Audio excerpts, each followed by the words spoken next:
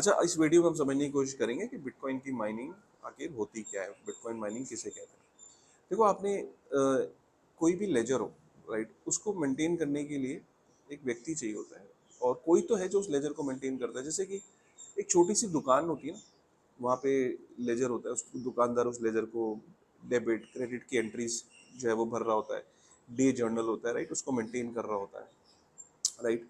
और कहीं पे कोई बैंक है तो वहाँ पे वो बैंक के अंदर भी कैशियर है जो उस लेजर को मेंटेन कर रहा है।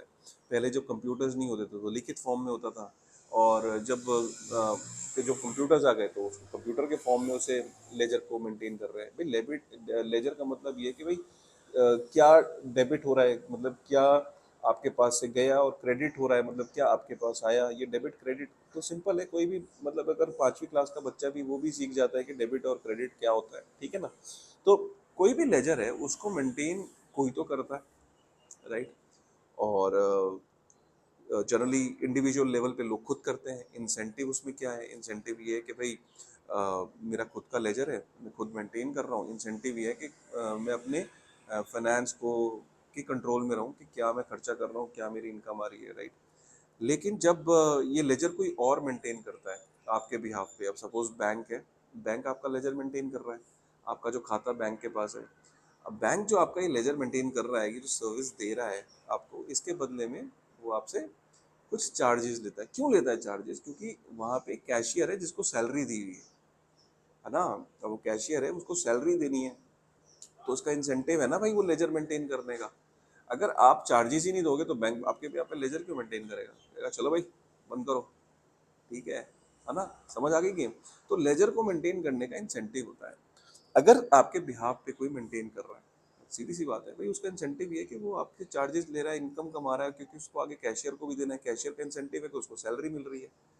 तो कोई भी दुनिया में सिस्टम हो, चाहे वो छोटा बड़ा सिस्टम हो, उनको उस लेजर को मेंटेन करने के लोग चार्जेस लेते हैं। चाहे वो वीज़ा हो, चाहे वो मास्टर कार्ड हो, वो भी तो अल्टीमेटली डेबिट क्रेडिट कर रहे हैं भाई। ये सब करने के आपसे फीस चार्ज होती है।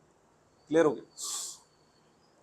अब जब आपको ये क्लैरिटी हो गई कि यार बिना इंसेंटिव के और बिना रेम्यूनरेशन के कोई फ्री में काम नहीं करता है, कोई फ्री में लेजर को मेंटेन नहीं करेगा।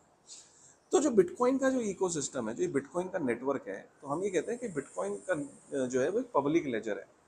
बिटकॉइन बेसिकली है क्या कि भाई पब्लिक लेजर है। उस पब्लिक लेजर के अंदर आपके नाम की आपके नाम की जो कि वहाँ पे एड्रेस होता है, राइट, पब्लिक एड्रेस होता है जिसमें आपका एग्जैक्टली नाम नहीं लिखा होता है, वो अल्फा न्यूमेरिक नंबर होता है। आपके नाम की बिटकॉइन के लेजर में, बही खाते में एक एंट्री हुई हुई है, ठीक है। और उस एंट्री से इस प्रूव होता है कि भाई आप इसके नाम की एंट्री है और आपके पास इसकी प्राइवेट कीज है, राइट। और आप इसके कंट्रोल में, अगर ये प्राइवेट कीज आपके पास नहीं रहेंगी, किसी और के पास चली जाएगी, तो बिटकॉइन उसका हो जाएगा।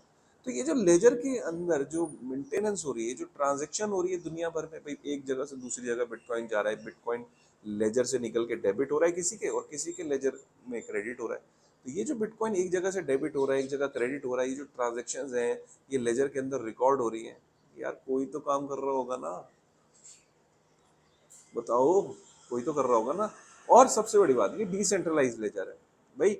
सेंट्रलाइज लेजर में तो सैलरी पे लोग रख लो, वो डिसाइड करते हैं कौन करेगा। हाँ भाई रमेश, मनोज, राकेश, तुम लेजर को मेंटेन करोगे, तुम्हें तनख्वाह मिलेगी, ठीक है। लेकिन एक डिसेंट्रलाइज मॉनिटरी नेटवर्क में ना तो कोई बॉस होता है, ना ही वो कोई ऑर्गेनाइजेशन है, ना हुआ किसी की जिम्मेदारी है किसी एक पर्टिकुलर बंदे की। लेकिन वो सिस्टम, डिसेंट्रलाइज सिस्टम इस तरीके से डिजाइन है बिटकॉइन का कि भैया लेजर को कोई भी मेंटेन कर सकता है। आप भी कर सकते हो, मैं भी कर सकता हूँ, अंबानी जी भी कर सकते हैं, यू नो वॉरेन बफे भी कर सकता है, कोई भी कर सकता है, प्रेसिडेंट भी कर सकता है, रमेश जो गोरखपुर में रह रहा है वो भी कर सकता है भाई। माइनर कोई भी बन सकता है। मोटी मोटी बात ये है, यहाँ पे जो लेजर मेंटेन जो करने वाले, राइट, जो लेजर के अंदर कॉपीज लगाते हैं, जो लेजर को मेंटेन करते हैं, लेजर के अंदर जो नया ब्लॉक ऐड करते हैं, नया पेपर ऐड करते हैं, इसको इस तरीके से लो कि लेजर एक किताब है, उस किताब के अंदर नया एक पेज जो लगाते हैं, तो वो माइनर कहलाते हैं भाई। कई की जगह वो कैशियर कहलाते हैं, किसी जगह वो अकाउंटेंट कहलाते हैं। क्लियर हो गया? अब क्योंकि लेजर को मेंटेन करने के लिए एक, भाई फ्री में तो करना नहीं है और ओपन है, तो लेजर के अंदर कॉपी लगाने के बदले में, लेजर को मेंटेन करने के बदले में क्या मिलता है? बिटकॉइन मिलते हैं, रिवॉर्ड के अंदर। सोचो आपकी सैलरी अगर बिटकॉइन में होगी तो क्या होगा, बल्ले बल्ले हो जाएगी ना। तो सिमिलरली बिटकॉइन मिलता है भाई लेजर को मेंटेन करने में। अब जब बिटकॉइन मिलते हैं तो भैया कंपटीशन बहुत है फिर तो, और ओपन है, कोई भी कर ले तो क्या होगा, दुनिया भर से लोग चाहते हैं मैं करूंगा मैं करूंगा मैं करूंगा। अब जब वो करने के लिए इतनी होड़ लग जाती है तो कोई बॉस तो है नहीं जो कहेगा अरे यार ये मेरे चाचा का लड़का है इसको करने दो। भाई वहाँ कोई बॉस नहीं है। क्लियर हो गया। तो क्या होता है वहां पे, फिर ये होता है कि भैया कंपटीशन रख लो, कंपटीशन रख लो, कौन करेगा। ओपन है कंपटीशन, जो जीतेगा वो सिकंदर। तो जो कंपटीशन है उसमें क्या है, उसमें एक मैथमेटिकल पजल है जो कंप्यूटर से सॉल्व होती है।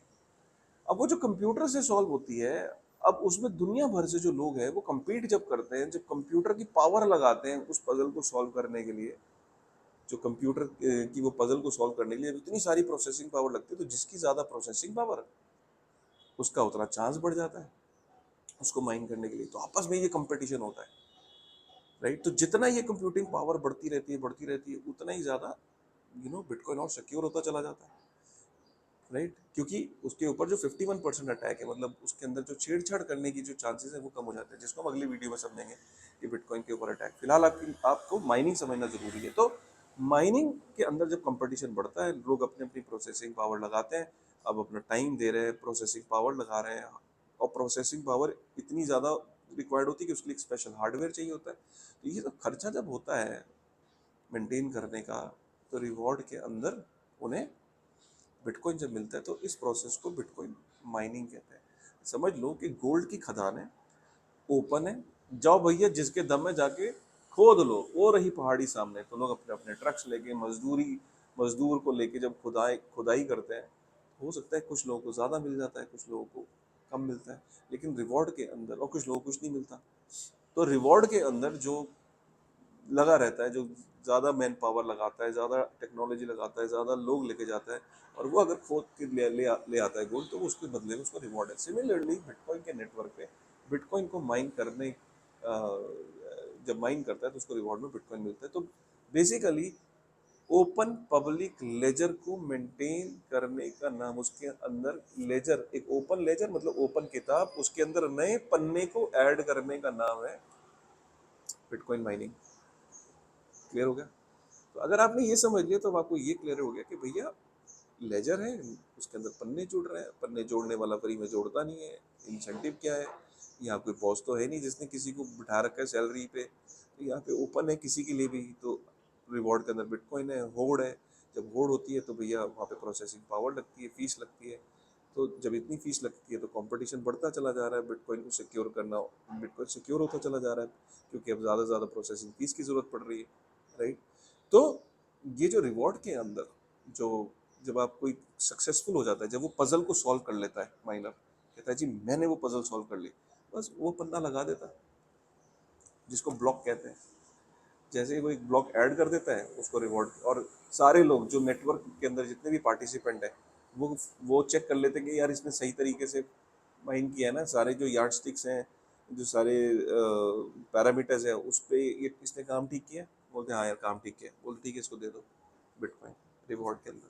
ये सब सॉफ्टवेयर है, ऑटोमेटिकली सब कैलकुलेट हो जाता है, ठीक है।